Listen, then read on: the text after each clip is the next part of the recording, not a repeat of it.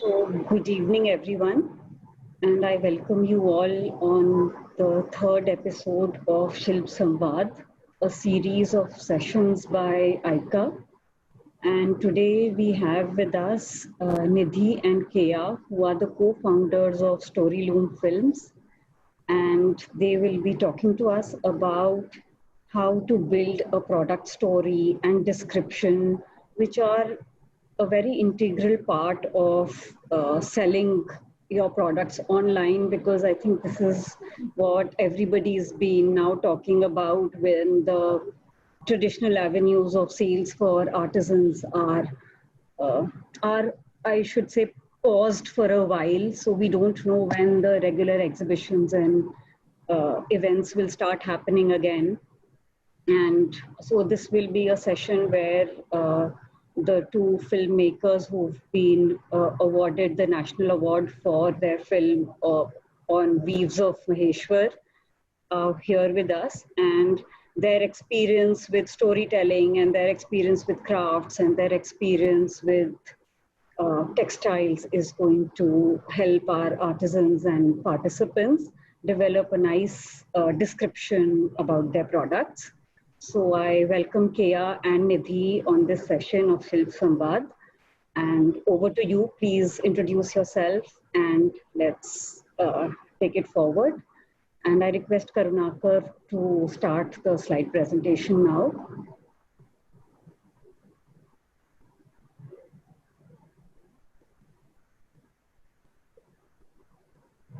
Okay, so I am Kea. Hi, and I'm Nidhi. And we are co-founder of Storyloom Films. We've been making films since 2013. It's been 8 years now. We have made around 42 short films on different crafts of India and one documentary, Weaves of Maheshwar, which won the National Award in 2016. So ये जो session है about e-commerce and e-marketing, हम उसके बारे में आज बात करेंगे. So we are just waiting for the presentation to start. Yeah, can we have the next slide?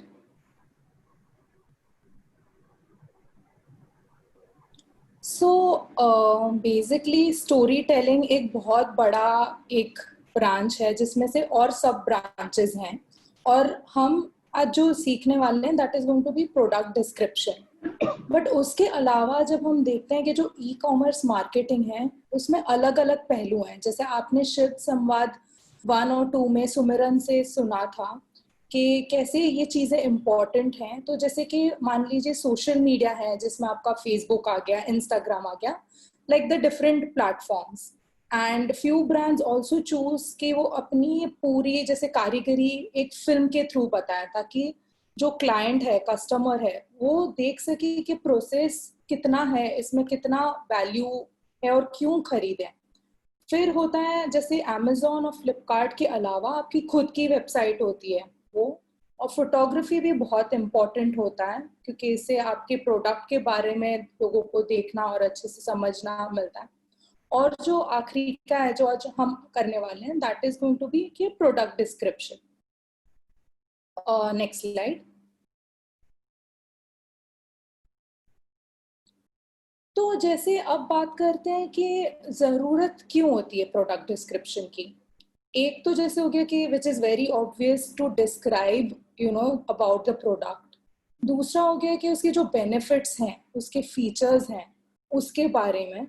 पर जो सबसे इम्पोर्टेंट है कि एक एक्सपीरियंस को हमें सेल करना है ना. जैसे कि मान लीजिए अगर मैं एक पॉटर हूँ और मैं राजस्थान में, और किया दिल्ली में मेरी कस्टमर है, तो अब किया जो पॉट है या जो मैंने उस पर पेंटिंग की है वो तो फील या टच या वो नहीं कर सकती है ना. तो हम इसीलिए क्या करते हैं कि अपने शब्दों का सही इस्तेमाल करके we try to sell the whole experience of the product through the words. and एक रिसर्च के हिसाब से सही वर्ड्स यूज करने से 78% इंक्रीज होता है आपके सेल्स में. सो प्रोडक्ट डिस्क्रिप्शन बहुत ही ज़्यादा इम्पॉर्टेंट है और हम और जानेंगे इसके बारे में. Next slide.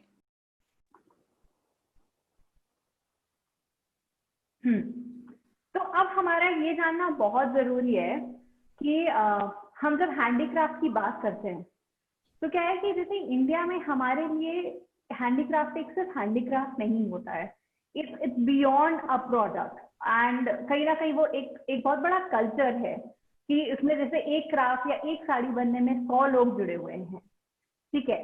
तो अब जैसे आप जो स्क्रीन पर अभी देख रहे हैं साड़ी, ये महेश्वरी साड़ी है and it is one of the most popular sari from Madhya Pradesh. Next slide please.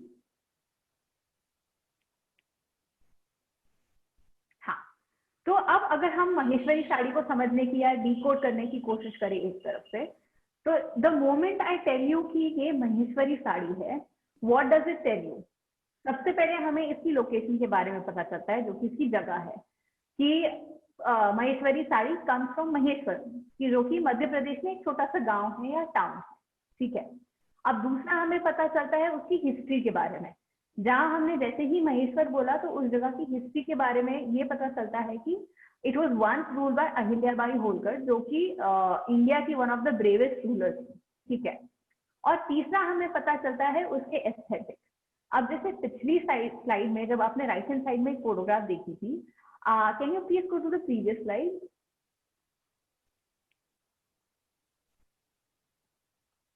अब इसमें आप जो राइट हैंड साइड में जो फोटोग्राफ देख रहे हैं उसमें एक बॉर्डर है जिसमें जिगजैग डिजाइन है, ठीक है।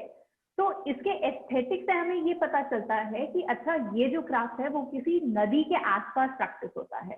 अब महेश्वर के पास ही नर्मदा नदी बहती है। तो जब इंडिया में हम किसी एक क्राफ्ट के बारे में बात करते हैं, चाहे आप चंदेरी ले लो चाहे बनारसी ले लो, तो हर क्राफ्ट ना उसका एक अपना नाम होता है, उसी के नाम से पॉपुलर होता है। तो आपने ये देखा कि एक सिंगल प्रोडक्ट है वो आपको सारा का सारा स्टोरी बता रहा है। It is beyond just a product. So it is talking about its culture, it is talking about people, उसके आसपास के लोग, जगह, जोग्राफिकल लोकेशन, सबके बारे में बात करते हैं। Can you go to the next slide and the next one।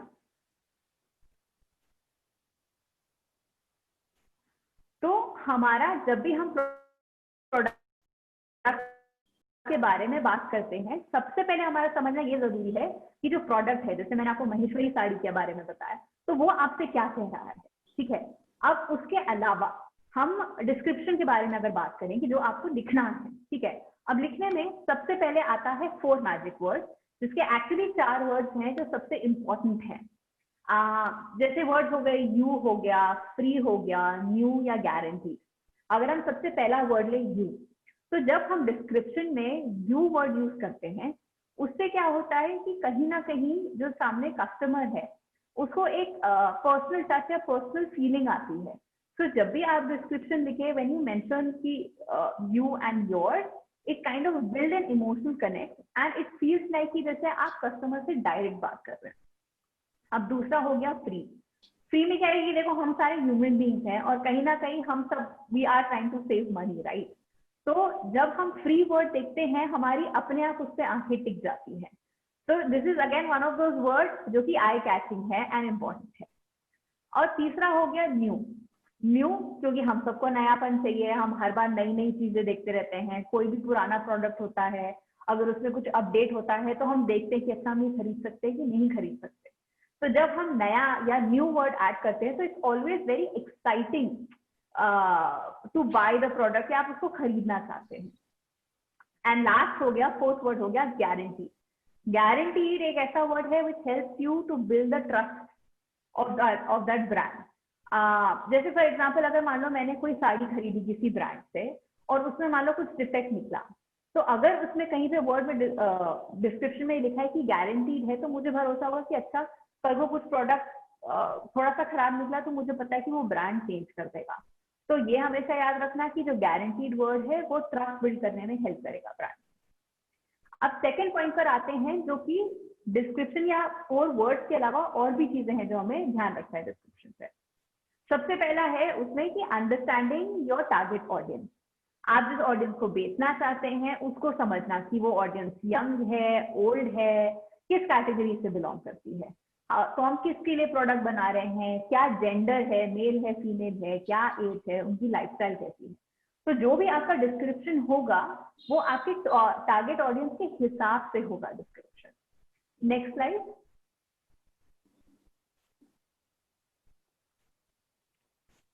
और जैसे कि मैंने आपको पहले बताया था कि क्योंकि हम अगर मैं कोई चीज़ खरीद रही हूँ, कोई साड़ी है महेश्वरी, तो ऐसा तो ऑब्वियसली क्योंकि ऑनलाइन चीज़ें हो रही है तो हम टच नहीं कर सकते, उसको फील नहीं कर सकते कि कैसी साड़ी है या कोई भी प्रोडक्ट। ये तो साड़ी का मैं आपको एग्जांपल दे रही हूँ।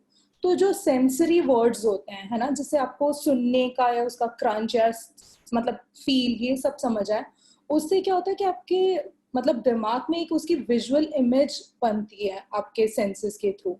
तो जैसे अगर कोई आपको बोलेगा कि दिस सॉफ्ट कॉटन साड़ी, तो क्या आपको लगेगा कि अच्छा ये सॉफ्ट साड़ी है, कॉटन है, ऑर्गेनिक है, उससे आपको लेने का और मन करेगा। तो इट इज गुड कि आप ऐसे वर्ड्स भी यूज करिए। उसके अलावा यूज ऑफ राइट एडजेक्टिव्स, मतलब विशेषण कहिए। जैसे कोई भी चीज हमें खरीदनी है उसको डिस्क्राइब करने के लिए, जैसे इंट्रिकेट है, जैसे काम की महीनता के बारे में अगर आपको बताना है ना, हैंडमेड वर्ड यूज कर सकते हैं। तो ऐसे ही और आप अच्छे एडजेक्टिव्स यूज करते हैं, जिससे क्या होगा कि आपका प्रोडक्ट डिस्क्रिप्शन और इंटरेस्टिंग बनेगा।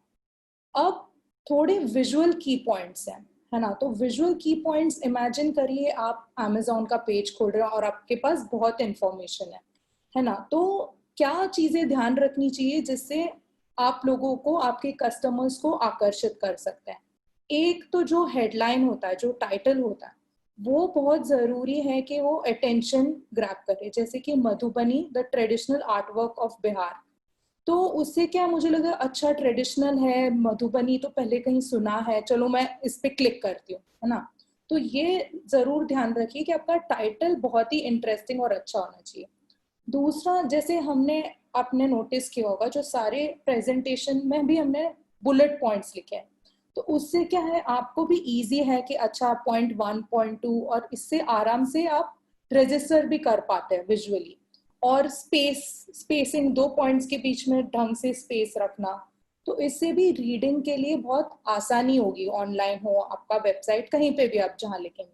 और दूसरा होता है कि जो फॉन्ट साइज है, the font size should be around 12 to 14, so readability आपके जो कस्टमर्स हैं उनके लिए इजी हो जाएगा। तो ये कुछ चीजें हैं जो आपको जरूर ध्यान में रखनी चाहिए। Next slide. अब हमने ये एग्जाम्पल के लिए, गाथा आप जानते होंगे, एक बहुत ही अच्छी ब्रांड है, और पहले वो क्राफ्ट ब्लॉग करते थे, अभी बहुत ही सुंदर प्रोडक्ट्स भी वो लोग बेचते हैं। तो जैसे ये आप देख रहे हैं कि एक सुंदर सा मसाला बॉक्स है, जो हम देखते हैं कि घर पे सबके प्लास्टिक के या स्टील के होते हैं, बट ये इतना सुंदर है, आप देख सकते हैं फोटो में कि वो कितना फाइन वर्क आपको दिख रहा है। तो ये जैसे उन्होंने एक बताया है, छोटा डिस्क्रिप्शन है जिसमें 2 सेंटेंस में उन्होंने बस बताया है कि इसकी खूबी क्या है, कि the work, the craftsmanship is a fine example of how beautifully it's etched, कैसे एच किया है, and it adds nutrition to the food. तो ये एक छोटा सा कैची प्रोडक्ट डिस्क्रिप्शन बनाया है। Next slide. और अब जैसे गाथा ने कैसे किया है स्टोरी टेलिंग का, जैसे मैंने आपको शुरू में बताया था कि बहुत सारे वेरिएशंस होते हैं एक कहानी को आप कैसे बताना चाहते हैं। तो जैसे इन्होंने क्या किया, गाथा ने बहुत सुंदर तरीके से उन्होंने समझाया है।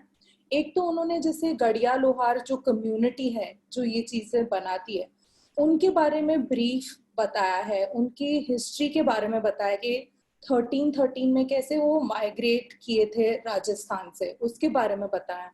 और फिर उन्होंने क्या बताया कि ट्रेडिशनली कड़िया लोहार क्या चीजें बनाते थे, ज्वेलरी बॉक्स हो गया, लैंप हो गया, किचन की चीजें हो गई, पहले बहुत कॉमन था गांव में, पर ऑब्वियसली जैसे जॉब के लिए वो लोग माइग्रेट हुए तो गड़िया लोहार की कम्युनिटी कम होती गई।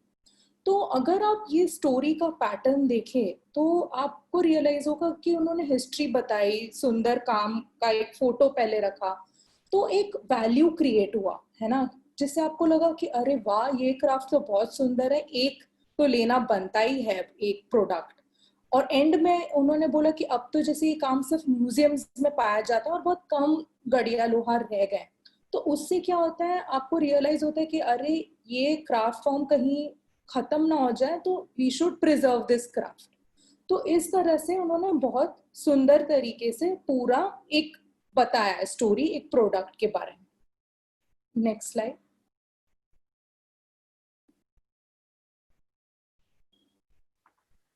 अच्छा, एक तो हमने अभी देखा कि हम एक तरफ से कह सकते हैं कि हार्ड मटेरियल था जो कि मसाला बॉक्स था।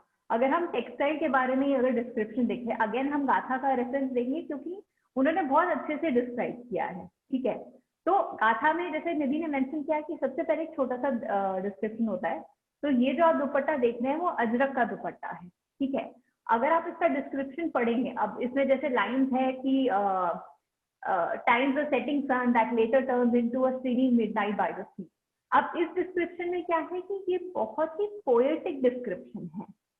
और जब हम कहीं ना कहीं एक ऐसी कहानी सुनते हैं या एक पोएटिक डिस्क्रिप्शन होता है जो बहुत ही मेस्मराइजिंग होता है, एन्चेंटिंग होता है, तो हमको बहुत अच्छा लगता है उस प्रोडक्ट के बारे में सुनना या जानना। तो सिमिलरली अगर आप अपने प्रोडक्ट में कहीं ना कहीं इस तरीके की भाषा या लैंग्वेज कह लो जो कि पोएटिक हो या एक कहानी के रूप में अगर आप ऐड करेंगे तो कस्टमर को और इंटरेस्ट आएगा ये पढ़ने में। Next slide please.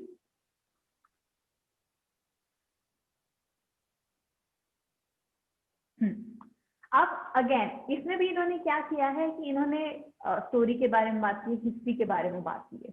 जैसे अगर हम सबसे पहला पॉइंट देखें तो उन्होंने कहानी चालू ही ऐसे की है कि long time ago there was a king Sindh, कि बहुत पुरानी बात है, सिंध के एक राजा थे।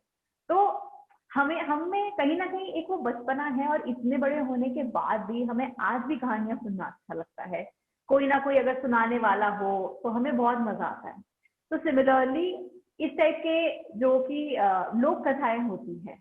एंड अगेन सबसे बड़ा प्लस पॉइंट हमारे पास ये है कि हमारे यहाँ जो क्राफ्ट है, जैसे कि मैंने पहले मेंशन किया कि वो कल्चर है, एक सिर्फ प्रोडक्ट नहीं है। तो हर प्रोडक्ट के पीछे एक कहानी होती है। तो अगर आप अपने प्रोडक्ट में इस तरीके की फोक टेल्स या लोक कथा अगर आप ऐड कर सको तो वो आपके काम को बहुत इंटरेस्टिंग कर देगा। एंड हो सकता है कि लोग शायद जो प्रोडक्ट है वो उससे ज्यादा उनको वो कहानी खूबसूरत लगे और इसलिए भी वो प्रोडक्ट खरीद सकते हैं। अब सेकेंड पॉइंट है जिसमें वो अजरक के ओरिजिन के बारे में बात करें कि अच्छा वो इंडस वैली सिविलाइजेशन से चल रहा है या उसके तब उसके हमको अवशेष मिलते हैं या प्रूफ मिलता है। तो इस टाइप के जो हिस्टोरिकल पॉइंट्स हो गए कि अब मुझे भी अगर कोई बोले कि इंडस वैली के टाइम से कोई चीज चली आ रही तो शायद मैं और ज्यादा इंटरेस्टेड होंगी, ठीक है। तीसरा हो गया कि जैसे हम नाम के बारे में बात कर रहे हैं, जहां हम नाम का डिस्क्रिप्शन दे रहे हैं। जैसे मैंने आपको बताया कि जो महेश्वरी है तो उससे आपको महेश्वर के बारे में पता चलता है। तो उसी तरीके से जो अजरक के बारे में अगर आप देखेंगे तो वो आज रात या अजरक इस टाइप की डिस्क्रिप्शन है, something which does not fade, जो क्या कहते हैं एक तरफ से घुलता नहीं है या इतनी जल्दी जाता नहीं है। तो अगर इसी तरीके से अगर आपके किसी क्राफ्ट प्रोडक्ट के नाम के पीछे अगर कोई बहुत खूबसूरत सा मीनिंग है या कहानी है आप बता सकते हैं। और लास्ट एक तरफ से हो गया कि उसकी जो प्रोडक्ट के जो पैटर्न हो गए या कलर्स हो गए उनके पीछे भी मीनिंग होता है। अगेन अगर हम महेश्वरी साड़ी का रेफरेंस लें तो उसमें मैंने जैसे आपको बताया था कि जो जिगजैग पैटर्न है उससे हमें ये पता चलता है कि वहां पे नदी है आसपास। तो सिमिलरली अजरक में अगर आप जैसे ब्लू कलर देखें तो ब्लू है जो कि आसमान के बारे में बात करता है, जो रेड है वो रात के बारे में बात करता है, एंड जो ज्योमेट्रिकल पैटर्न है मोटिव है वो गैलेक्सीज के बारे में बात करती है।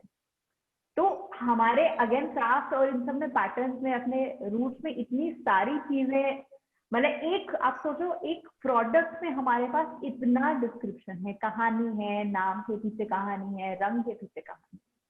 तो अगर आप अपने प्रोडक्ट में एकदम इसी तरीके से अगर कोई बहुत अच्छी कहानी और जो सच है और उसके अलावा जो मीनिंगफुल अगर आप वो बताएंगे तो आपका जो प्रोडक्ट है वो सेल करने में और हेल्प करेगा आपको।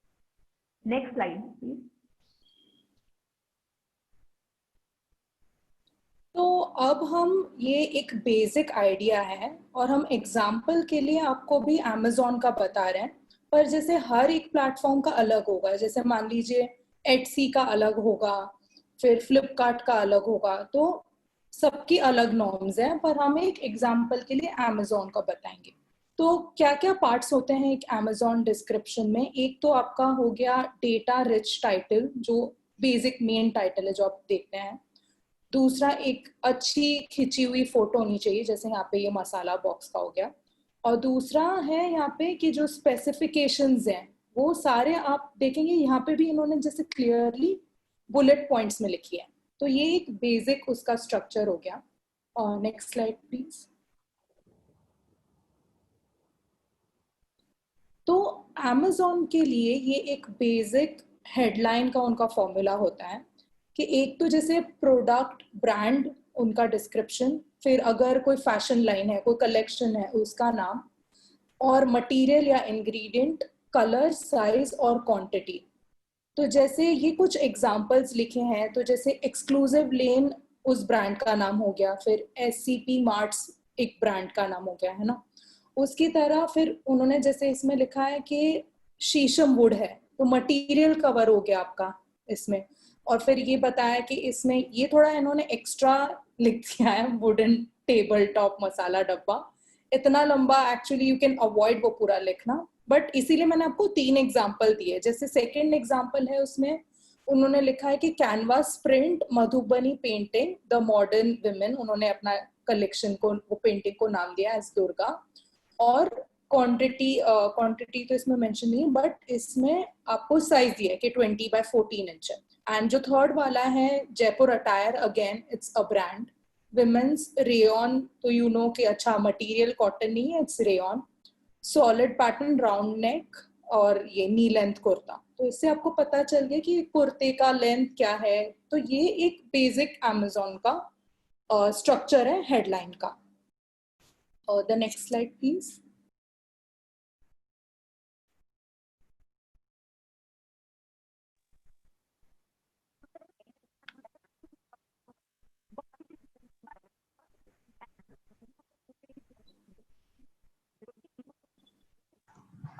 केया, आपकी आवाज नहीं आ रही है। केया, आपकी आवाज नहीं आ रही है।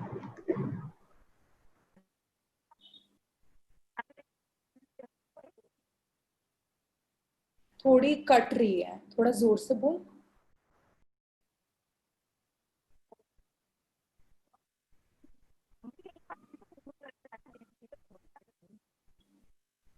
क्या बिल्कुल आवाज नहीं आ रही है? अच्छा, I'll continue in the meanwhile you figure the Yeah, she headlines. can rejoin maybe. Yeah. So basically आपने Amazon का देखा होगा, जब आप स्क्रॉल डाउन करते हैं, है ना, तो ये भी चीजें लिखी होती हैं। जैसे एक तो टेक्निकल डिटेल्स हो गई, जिसमें पूरा लिखा है कि क्या वेट है, क्या मटेरियल है, अगेन अच्छे से। और फिर जैसे राइट साइड में आप देख सकते हैं एडिशनल इंफॉर्मेशन, जिसमें आपके रेटिंग्स हैं, वो बताया कि कितने स्टार्स हैं, कब पहले, मतलब फर्स्ट डेट क्या था जब ये प्रोडक्ट Amazon पे आया था। ये सारी और टेक्निकल डिटेल्स हैं। और वापस एंड में प्रोडक्ट डिस्क्रिप्शन को बुलेट पॉइंट्स में उन्होंने लिखा है। तो ये एक ओवरऑल हो गया कि कैसे Amazon में प्रोडक्ट डिस्क्रिप्शन को अलग अलग तरीकों से बताया गया। और नेक्स्ट स्लाइड प्लीज।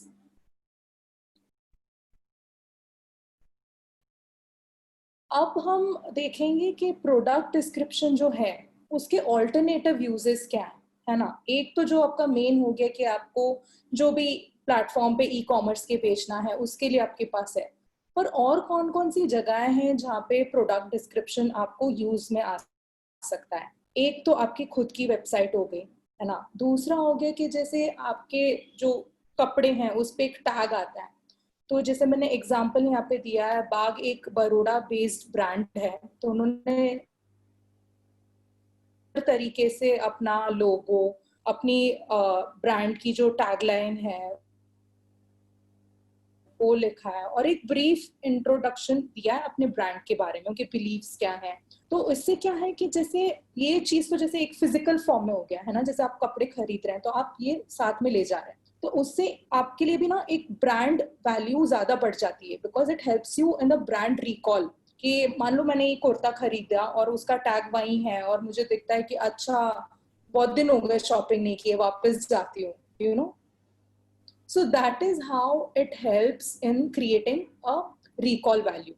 इससे क्या होगा कि आपका जो एसोसिएशन और कनेक्शन है, मतलब आपके कस्टमर्स का आपके ब्रांड से, वो ज्यादा बढ़ेगा, है ना.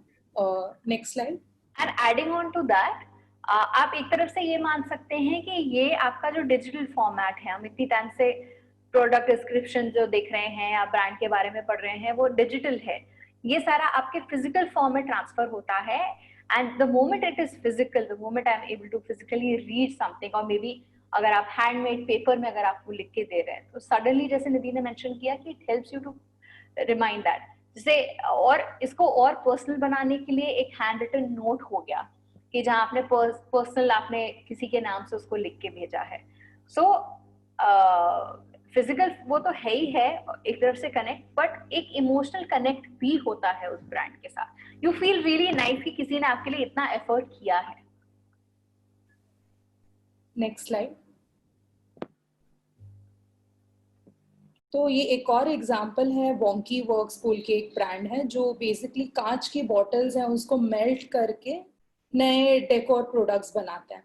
तो जैसे इन्होंने बहुत सुंदर तरीके से बताया है कि how it is sustainable, ethical और ग्रीन प्रोडक्ट है. And if you see left में उन्होंने बहुत अच्छा एक फिलोसफिकल नोट लिखा है कि क्यों, why should we care for the earth, why should we say no to plastic bags.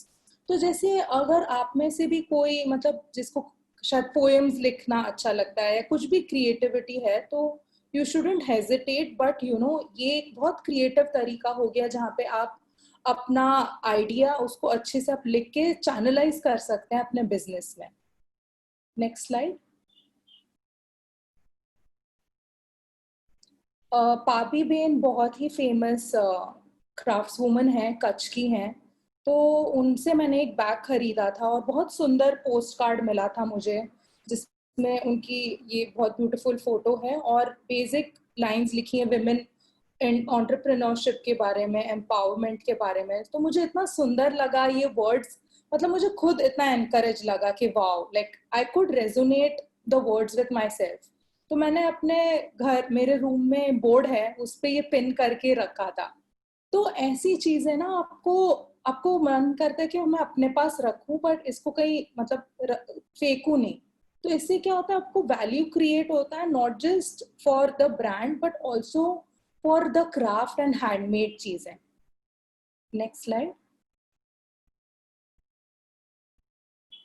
और ये मेरा एक पर्सनल एक्सपीरियंस था. मैंने किसी से कुछ कार्ड्स बनवाए थे पर उतने अच्छे निकले नहीं वो. तो वो ब्रांड की जो बंदी है उन्होंने बहुत अच्छे से, मतलब बिना मेरे मांगे या पूछे उन्होंने खुद अलग प्रोडक्ट भेजा. उसके साथ ये सुंदर सा एक हैंड रिटन नोट भेजा और एक ऐसे पीपल लीफ भी भेजा, इतना जो मैंने फोटो में यहाँ रखा है. तो मुझे इतना अच्छा लगा कि अरे वाह, मतलब मेरे बिना कहे भी उन्होंने वैल्यू किया एज अ कस्टमर मुझे, और सॉरी नोट भेजा और उसके साथ एक अलग सुंदर पोस्ट कार्ड बना के भेजा. तो उससे क्या हुआ, जो मेरा पास्ट एक्सपीरियंस था कि अच्छा ये ब्रांड से तो नहीं लेना, एक बुरा एक्सपीरियंस, तो जब आप किसी को ऐसे कोई गिफ्ट दे देते हैं या हैंड रिटन नोट लिख के कुछ सॉरी ऐसे बोल के एक और प्रोडक्ट भेजते हैं, तो क्या होता है कि जो बुरा एक्सपीरियंस है that gets replaced by a positive affirmative emotion, है ना. तो फिर मैंने अपनी एक और फ्रेंड को कनेक्ट कराया कि इनसे ले ले. वो शायद मैं नहीं करती अगर मेरा ये उन्होंने नहीं भेजा होता. तो ये कुछ तरीके हैं कि how can you take the product description beyond a description, but you know more of a relationship, a good relationship with your customer. Next slide.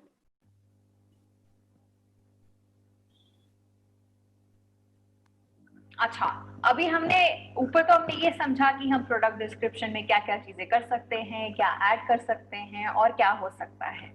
But एक तरफ से आप मान लो कि वो समराइज करने के लिए, ठीक है, there are dos and don'ts, मतलब क्या करना है हमें और क्या नहीं करना है. तो अगर हम सबसे पहले ये बात करें कि हमें क्या करना है, ठीक है, तो जब आप कंटेंट लिख रहे हैं या बना रहे हैं, आपको ये याद रखना है कि आपका कंटेंट हमेशा ओरिजिनल होना चाहिए.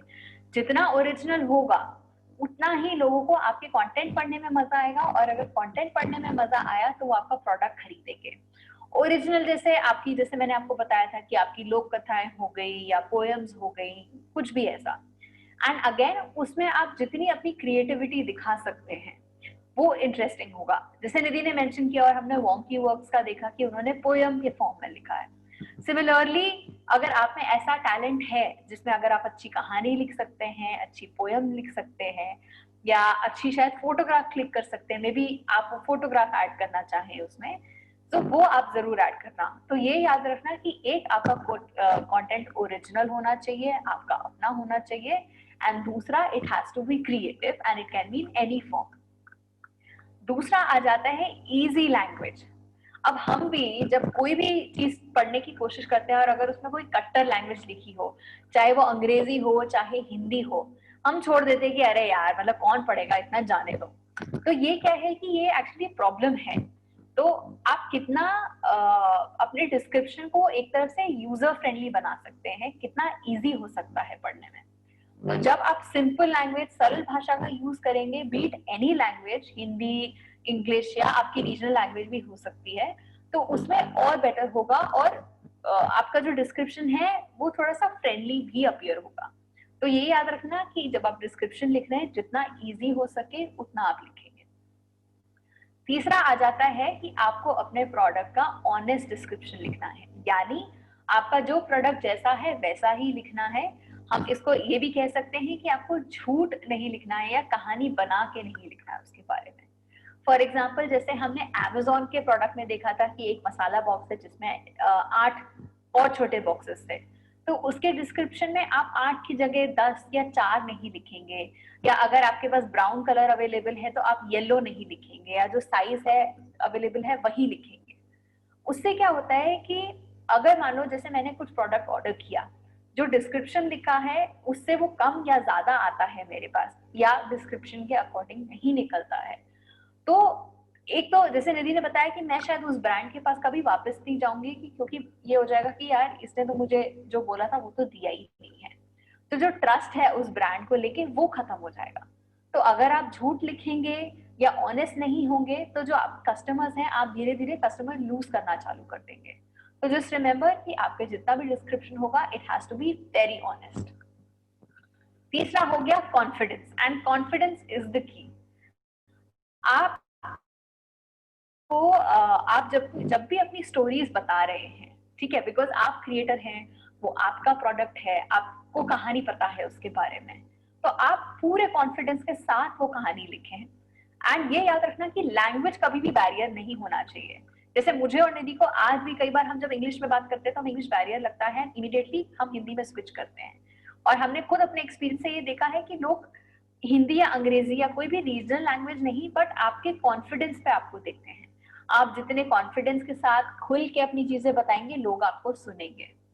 तो याद रखना कि कॉन्फिडेंस के साथ स्टोरी बतानी है, लैंग्वेज बैरियर नहीं रखना है, आप किसी भी लैंग्वेज में बता सकते हैं। उसके अलावा अगर आप चाहते हैं कि जो रीजनल लैंग्वेज होगी आप उसको इंग्लिश या हिंदी में ट्रांसलेट करना चाहते हैं, तो आपके पास हमेशा से ट्रांसलेटर का एक ऑप्शन है। आप किसी को हायर कर सकते हैं उसको ट्रांसलेट करने के लिए, जो कि अच्छी लैंग्वेज में आपको इंग्लिश या हिंदी में ट्रांसलेट करके दे। अब आती है डोंट्स की बारी कि हमें क्या नहीं करना है। स्पेलिंग मिस्टेक्स, अब ये छोटी छोटी गलतियां हैं बट लोग इस पर ध्यान देते हैं। अगर आपने स्पेलिंग मिस्टेक किया तो अगेन शायद प्रोडक्ट देखने से पहले लोग आपको आपके डिस्क्रिप्शन पे जज करने लगेंगे कि यार इन्होंने तो ढंग से लिखा ही नहीं है, पता नहीं प्रोडक्ट कैसा होगा, ठीक है। उसके अलावा हो गया कि पुअर ग्रामर हो गया, या हिंदी में जैसे हम उसे व्याकरण कहते हैं, या डिस्क्रिप्शन क्लियर नहीं है, ठीक है। अब स्पेलिंग मिस्टेक या पुअर ग्रामर हो गया, अगर आप ये छोटी गलतियां कर रहे हैं तो इससे क्या होता है कि कहीं ना कहीं ये दिखता है कि आप केयरलेस हैं, आप ध्यान नहीं दे रहे कि आप क्या लिख रहे हैं। तो जब वो केयरलेस एटीट्यूड आपकी लैंग्वेज में दिखेगा तो वही आपके प्रोडक्ट में रिफ्लेक्ट होगा, यानी लोग ये जज करेंगे आपको कि इन्होंने ढंग से लिखा नहीं है, मतलब प्रोडक्ट भी खराब हो सकता है, पर हो सकता है आपका प्रोडक्ट बहुत अच्छा हो। तो ये दोनों गलतियां आप कभी नहीं करें, क्योंकि अगेन इससे ब्रांड या कोई भी क्लाइंट या कस्टमर आपको ट्रस्ट नहीं करेगा। लास्ट आ जाता है प्लेजराइज कंटेंट। प्लेजरिज्म यानी हम किसी और का लिखा हुआ कंटेंट हम अपने लिए इस्तेमाल कर रहे हैं। और जो कि एक्चुअली एक क्राइम है। अगर आप पकड़े गए तो आपके ऊपर केस भी किया जा सकता है। तो जब भी आप कंटेंट लिखे, जैसे मैंने ऊपर बोला कि ओरिजिनल होना चाहिए, आप किसी का भी कॉपी किया हुआ और का लिखा हुआ कंटेंट अपने नाम से नहीं लिखेंगे। अगर आपने लिखा तो आप ये याद रखिए कि आप पे केस हो सकता है। तो कंटेंट आपका हमेशा ओरिजिनल होना चाहिए। ये हो गए कुछ डूज एंड डोंट्स। और वी होप कि आपको हमारा जो ये ई मार्केटिंग या ई कॉमर्स को लेके एक स्टोरी टेलिंग का या प्रोडक्ट डिस्क्रिप्शन का आपको हमारी बात समझ में आई होगी। एंड वी होप कि आपको मजा आया होगा। इसके अलावा जैसे मैं और निधि हम बात कर रहे थे कि अलग अलग फोटोग्राफी हो गया, प्रोडक्ट डिस्क्रिप्शन हो गया, उसी तरीके से एक फिल्म भी तरीका होता है अपने प्रोडक्ट को बताने का। तो मैं और निधि डॉक्यूमेंट्री फिल्म मेकर्स है और हम क्राफ्ट पे फिल्म बनाते हैं। तो इस चीज को और समझने के लिए आप हमारी वेबसाइट पे या यूट्यूब चैनल पे जा सकते हैं www.storyloomfilms.com, और उस पे आप हमारी अलग अलग क्राफ्ट फिल्म्स देख सकते हैं। हाँ, ये मैंने चैट बॉक्स में लिखा है, तो आपके पास मिल जाएगा चैट उसमें storyloomfilms.com का। तो प्लीज देखिए कि कैसे फिल्मों के माध्यम से भी हम अपने क्राफ्ट प्रोडक्ट को मार्केट कर सकते हैं, उसके बारे में बता सकते हैं। Thank you. नेहा, निधि और केया, थैंक यू सो मच इतने इंफॉर्मेटिव सेशन के लिए।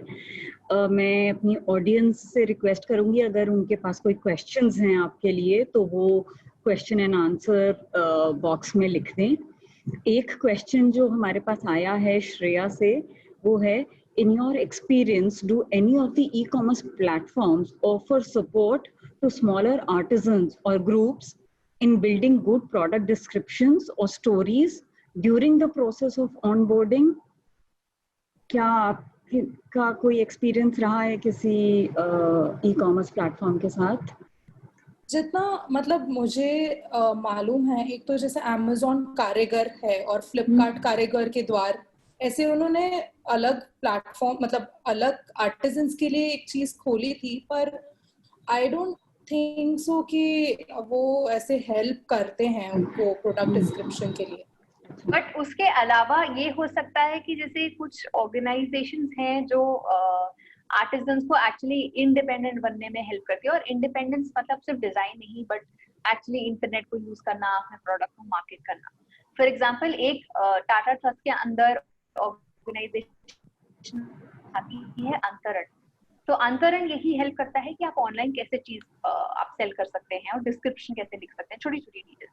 सो मे बी आप ऐसी ऑर्गेनाइजेशन को रीच आउट कर सकते हैं who can help you out in understanding all this. मैं ये भी बताना चाहूंगी कि आइका का जो क्राफ्ट मार्क प्रोग्राम है, और आइका में भी हम यही चीजें आर्टिजन्स की हेल्प, इन्हीं चीजों में हम हेल्प करते हैं कि मतलब कैसे वो फोटोग्राफ खींचें, कैसे ऑनबोर्डिंग करें, उसकी क्या टर्म्स एंड कंडीशंस है, क्या डिस्क्रिप्शन होनी चाहिए। तो आइका में भी हम इसी चीज पे काफी एम्फसाइज करते हैं और आर्टिजन्स की हेल्प करते हैं। कोई और क्वेश्चन है क्या हमारी ऑडियंस से? हाँ, कुछ भी आपके कोई क्वेश्चंस है तो प्लीज आप ये Q&A एक है बॉक्स राइट हैंड साइड नीचे, उसमें आप लिख सकते हैं। हाँ, और किसी भी टाइप के क्वेश्चन चलेंगे, मतलब आपको ज्यादा सोचने की जरूरत नहीं है, जाने की जरूरत नहीं है। और मुझे लगता है ये भी बहुत जरूरी है कि पैंडेमिक को हम एक अपॉर्चुनिटी की तरह देखें, कि अभी हमें एक टाइम मिला है जहाँ पे हम सीख सकते हैं नई चीजें। तो उसको अगर हम पॉजिटिव वे में थोड़ा देखें कि कैसे हमें, शायद पहले हमने नहीं ई कॉमर्स उतना सीखा था, पर पैंडेमिक हुआ, उसकी वजह से हमें मजबूरन कोई नई चीज सीखने मिली, विच इज वेरी गुड। तो अगर एटीट्यूड हमारा ऐसा रखे तो हमें बहुत चीजें सीखने को मिलेंगी। निधि, एक और सवाल है कि since there are so many such platforms which are building narratives around crafts and so on, what should be the wise tool to stand out in that case? एक तो जैसे हमने आपको बताया था एक स्लाइड में कि एक तो जो फोटोग्राफी है, मतलब सिर्फ प्रोडक्ट डिस्क्रिप्शन नहीं, और सारे एलिमेंट्स भी होते हैं। कि एक तो आपको जो डिजाइन है, आपको क्राफ्ट प्रोडक्ट ही इतना सुंदर और अच्छा बनाना है कि मुझे बार बार याद है कि अच्छा इनसे मैंने वो लिया था, वापस मैं दिवाली आ रही है, अच्छा मैं थोड़े और मतलब दिए ऑर्डर कर लेती हूँ, यू नो। तो आपका काम इतना अच्छा होना चाहिए कि आप it like speaks for your quality. तो एक वो है। उसके अलावा जैसे जो चीजें हमने ऑलरेडी बताई हैं कि फोटोग्राफी अच्छी होनी चाहिए, प्रोडक्ट डिस्क्रिप्शन अच्छा होना चाहिए, अच्छे कैची टाइटल्स लिखने चाहिए, तो ये कुछ चीजें जरूरी हैं। And again adding on to that, सबसे अच्छी चीज अभी ये है कि हम सबके पास एक इंटरनेट है, दूसरा यूट्यूब है, और आजकल यूट्यूब ही क्लासेस हो गई हैं। तो आप यूट्यूब में आप हिंदी में भी ढूंढ सकते हैं, इंग्लिश में भी ढूंढ सकते हैं, एनी अदर रीजनल लैंग्वेज। आप उसमें आपको जिसके बारे में भी रिसर्च करना है, जिसके बारे में भी समझना है, चाहे आप ऑनलाइन मार्केटिंग के बारे में समझना चाहते हैं, तो आप यूट्यूब में जाके आप टाइप करो कि how to do an online marketing in Hindi, मतलब जिस लैंग्वेज में टाइप, और आपको मिल जाएगा। सो अगेन हमारे पास ना आजकल क्या है कि रीच काफी हमारी बढ़ गई है। तो आप ये याद रखो कि you can always go on YouTube and search and here people talking about it. YouTube से हम बहुत कुछ सीख सकते हैं। अगला क्वेश्चन है, I am planning to start an e-commerce platform to target youth. Due to the pandemic, we are not able to travel to where the artisans are. How can we train them to take product photographs? इससे अच्छा सवाल तो कुछ हो ही नहीं सकता। तो क्या आप बताएं? तो thank you for asking this question. तो ये समझने के लिए आप हमारे नेक्स्ट सेशन में आओ, जो कि 30 सितंबर को है, जिसमें हम एग्जैक्टली यही सिखाने वाले हैं कि आप अपने मोबाइल से कैसे अच्छे फोटोग्राफ खींच सकते हैं घर बैठे बैठे with the natural light and everything. So make sure that you come to that place, या अगर आपके आर्टिजन्स हैं जिनके साथ आप काम कर रहे हो, आप उनको जरूर बोलना कि ये अटेंड करेंगे। So it will solve your problem. हाँ, मतलब हम बेसिक चीजों से बताएंगे कि कैसे फोटो खींच सकते हैं, उसमें कोई स्टूडियो लाइटिंग या एक्स्ट्रा आपको नहीं चाहिए, तो बहुत इजी तरीके से हम ये बताएंगे 30th को। और कोई क्वेश्चन हो तो? क्वेश्चन तो अभी कोई नहीं है। अच्छा नहीं, एक और है। उन्होंने लिखा है, excellent session, great use of finding opportunity in pandemic. My question for both is, weaving aside, which other Indian crafts intrigue you guys? Which other? There are so many crafts actually. मतलब हमने हर craft पे इतनी मतलब 42 films बनाई है, so it gets very difficult to choose. But if I have to choose, recently हमने film बनाई थी तोलू बोम्बुलाटा, which is shadow puppetry in Telugu, जो कि आंध्रा में shadow puppetry का काम होता है, क्राफ्ट है. I would say that is very intriguing because उनका जो story telling का तरीका है, जब वो screen on करते हैं and when you saw this huge, more than human size figures, और उनका narration चल रहा है, there's music, there's background, I got goosebumps. So I think I'm gonna go with that. And I feel वैसे तुमने काफी क्राफ्ट्स किए हैं, पर इंडिया में इतने क्राफ्ट्स हैं कि मतलब कितना भी आप 9 बार जन्म भी ले लो तब भी कम पड़ जाएगा फिल्म बनाने के लिए, बिकॉज इतने सारे क्राफ्ट्स हैं. बट मुझे पर्सनली नॉर्थ ईस्ट में और एक्सप्लोर करना है. जैसे हम त्रिपुरा गए थे और हमने वहाँ पे फिल्म्स भी बनाई है, पर मुझे और आसाम और बाकी सारे मतलब और एक्सप्लोर करना है नॉर्थ ईस्ट का, और देखने का बहुत मन है. किसी ने लिखा है कि thank you so much for such an informative session, loved the way you presented information in an easy to understand manner for all of us newbies. तो थैंक यू. और हाँ, और आइका में हमारी यही कोशिश रहती है अभी कि हम ये जो नई नई चीजें अब इस दौरान में उभर कर आ रही हैं, तो उनको कैसे आसानी से समझाया जा सके अपनी ब्रॉडर ऑडियंस को. एक क्वेश्चन और है, विच डेमोग्राफी इन इंडिया और abroad interested in artisanal products? Are younger people taking interest in endangered crafts and cultures? तो जैसे ये क्वेश्चन में definitely people are interested in crafts, but again it depends on the price range of the craft. Let's say there is a very like pashmina shawls which are extremely expensive. They might range from 60,000-50,000 and above. So that price range is something which, let's say, a recent college graduate cannot afford. So maybe that depends on, you know, let's say जो 40s 50s की जो women group है उन पे वो करेगा, है ना? तो उसी, like this question cannot be answered in one way because it depends on the various price points of each craft. And in India there are various, like from terracotta to kasa, there's a variation whether it's hard or textile crafts. And younger people are definitely taking a lot of interest. Like 8 years ago when we started कि हम craft पे films बनाना चाहते थे जो एकदम Nat Geo और बहुत ही high quality meaningful और सिनेमैटिक फिल्म्स बने, तो हमारे फ्रेंड्स जो थे उन्होंने हमेशा इंटरेस्ट दिखाया, अप्रिशिएट किया है. तो उससे हमें लगा कि अगर आप यंगर ऑडियंस की भाषा समझे कि यू नो उनको क्या देखना पसंद है और उस लैंग्वेज में हम कैसे ढाल सकते हैं अपने आप को, तो definitely like it really excites a lot of the younger generation, I would say. Yeah. And craft has a bright future. And also adding on to that, हमने ये देखा है कि जैसे इससे पहले क्या था कि कोई भी क्राफ्ट है कैसे बनता है, कहाँ बनता है, हमें से किसी को पता नहीं चलता था. But the moment you're able to see that where that craft is being made, who is making that craft, and how is it being done, how much time, effort and energy goes behind it, जो interested नहीं भी है वो भी उनको भी interest आने लगता है because वो see कि वो कितनी मेहनत से बन रहा है या culturally कितना strong है और हमें ये चीजें पता ही नहीं है. I think this is part of that story building जो कि हम कनेक्ट हो जाता है किसी चीज से उसका प्रोसेस देखकर. Absolutely. तो एक और ये क्वेश्चन है कि how to understand if a post is doing well and on social media how to balance between storytelling and their changing algorithms. Can you repeat the question? So how to understand if a post is doing well and on social media how to balance between storytelling and their changing algorithms. So एक तो है अगर Instagram की बात करें और शायद Facebook में भी है कि एक इनसाइट्स बोल के एक सेक्शन होता है जहाँ पे आपको दिखता है कि पर डे कौन से टाइम पे आपके पोस्ट का क्या रीच हुआ है. तो जैसे यू हैव टू डिसाइड कि it's an example I'm giving you. Let's say you are a fashion designer and abhi you have to launch a new collection, है ना?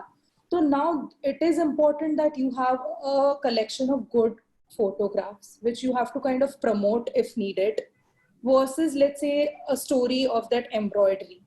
So that will depend on what is priority right now, and yeah, I think that is how you can take a call. And वो algorithms और वो सब समझने के लिए वो जो insights वाला section है उसमें आप समझ सकते हैं कि जैसे कौन से दिन लोग, जैसे कोई वीकेंड है तो कौन से टाइम पे लोग ज्यादा अपने फोन्स पे होते हैं, you know. तो ये सब चीजें आप insights देख के समझ सकते हैं. इसको बेसिक समझने का तरीका ये है कि अगेन जैसे मैंने पहले मेंशन किया था कि जैसे निधि बताया कि आप एक तो पोस्ट पे देखते हैं कि आपको 100 लाइक्स आ रहे हैं, 200 लाइक्स आ रहे हैं, मतलब एवरी टाइम मेरी पोस्टिंग आपकी लाइक्स बढ़ रहे हैं, तो आपको ये एक बेसिक समझ में आ जाता है कि your post is doing well.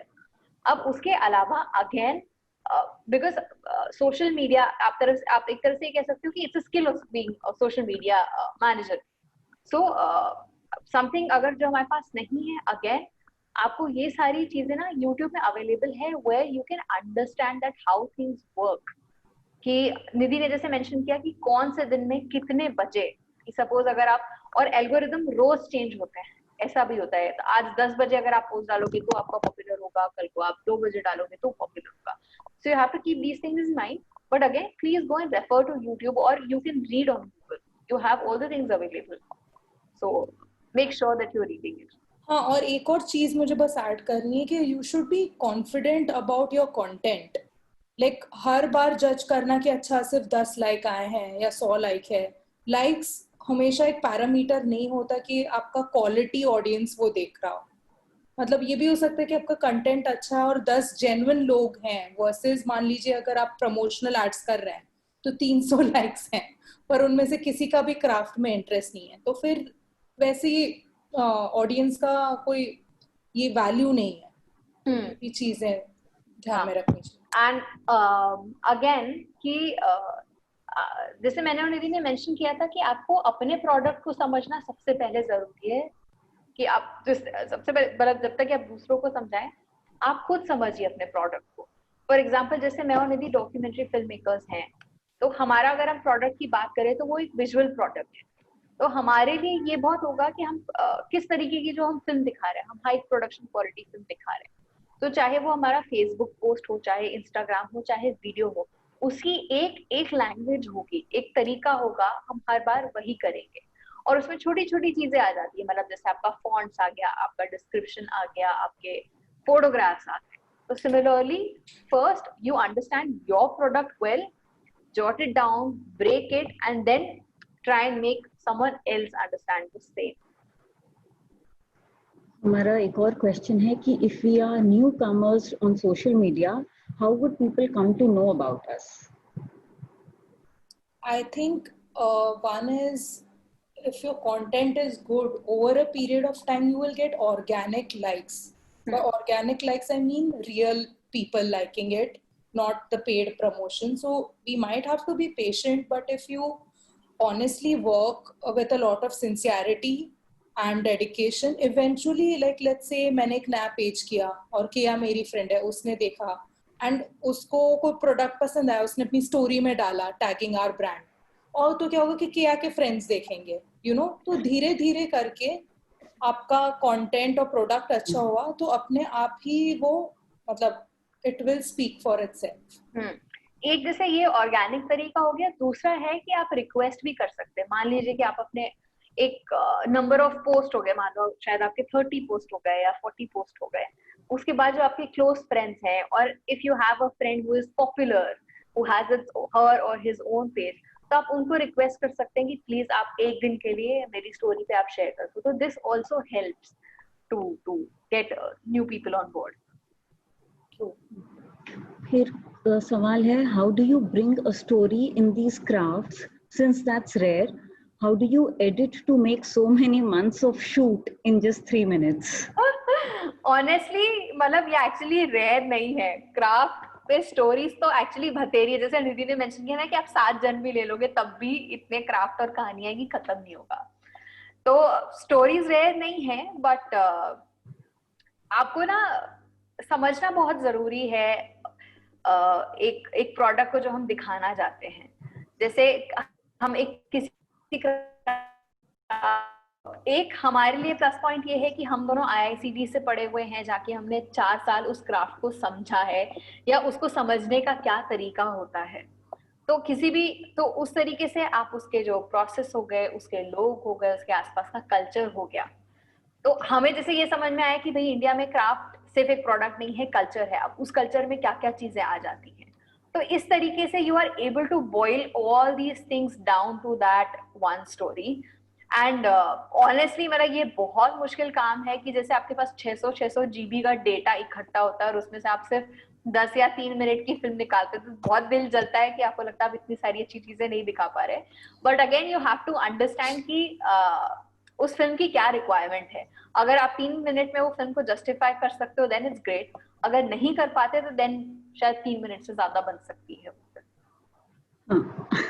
अगला सवाल है, while preparing a promotional video or a short film, if we use sound clips or music or other material from online sources, how does one deal with the copyright issues? तो ये बहुत अच्छा question है और ये बहुत ज़रूरी है कि हम इसमें चैट में भी लिखेंगे। जैसे कुछ वेबसाइट्स हैं जहाँ से आप म्यूज़िक खरीद सकते हैं। एक तो हो गया jamendo.com, फिर pond5 like POND and 5.com, and मतलब it's affordable, it's like from 2000 के रेंज से 1000 रुपीज के भी आपको साउंड ट्रैक्स मिलते हैं। एंड अगर आपका YouTube पे कॉपीराइट हो गया और वो स्ट्राइक एक आता है तो then you have to pull the video down because that's the safest way to be. और आगे तक ये चीजें ना हो, एक तो जैसे ये वाले जो मैंने आपको बताया pond5.com है और Jamendo, वहाँ से आप म्यूजिक ट्रैक्स ले सकते हैं अपने फिल्म के लिए। या तो आपके कोई फ्रेंड है जिनको जो म्यूजिक में है, जो प्रोफेशनली म्यूजिक कंपोज करते हैं, तो आपकी फिल्म बनने के बाद you can send the film to them and ask them to create a soundtrack according to, you know, the feel and the mood of the film you're trying to communicate. And other than buying, there are also like other websites. Just say Jamendo mein you have two options. Either you can buy or either you can download it for the creative use, but then you have to make sure that you are giving credit to the artist. So there are other websites जहाँ पे आप सिर्फ credit दे के उनका use कर सकते हैं, but then again make sure that you have given credit in the film, because अगर आप नहीं दोगे then again plagiarism का या copyright का issue हो सकता है. हाँ, और जैसे Jamendo में होता है कि अगर आपका पर्सनल प्रोजेक्ट है मतलब तो फ्री में दे देंगे, पर मान लीजिए अगर आप कोई ब्रांड के लिए बना रहे हो जिससे you know you earning money, then that won't be applicable. So you have to read all the clauses in it. कोई और सवाल है ऑडियंस का? मुझे नहीं लगता कि और कोई सवाल आ रहे हैं, तो हम ये सेशन अभी एंड करेंगे. और thank you so much Nidhi and Keya. बहुत ही अच्छा लगा आप दोनों से बात करके, और ये स्टोरी टेलिंग और प्रोडक्ट डिस्क्रिप्शन जिसमें कि हम हमेशा कंफ्यूज रहते हैं कि अपना प्रोडक्ट बेचने के लिए क्या लिखें क्या नहीं, तो आपने उसको इतनी आसानी से समझा दिया हम सबको, तो थैंक यू सो मच. और अब हम अगले हफ्ते की वेट करेंगे जब हम फोन से अच्छी फोटोग्राफी कैसे कर सकते हैं वो सीखेंगे आप दोनों से. Thank you so much. And I request the audience that please follow ICA and Craftmark's social media to get links to the next session. Thank you so much. Thank you so much. Thank you so much for inviting everyone. us. Thanks Anjali. Bye. Okay. Have a good day. Bye. Yes. Bye.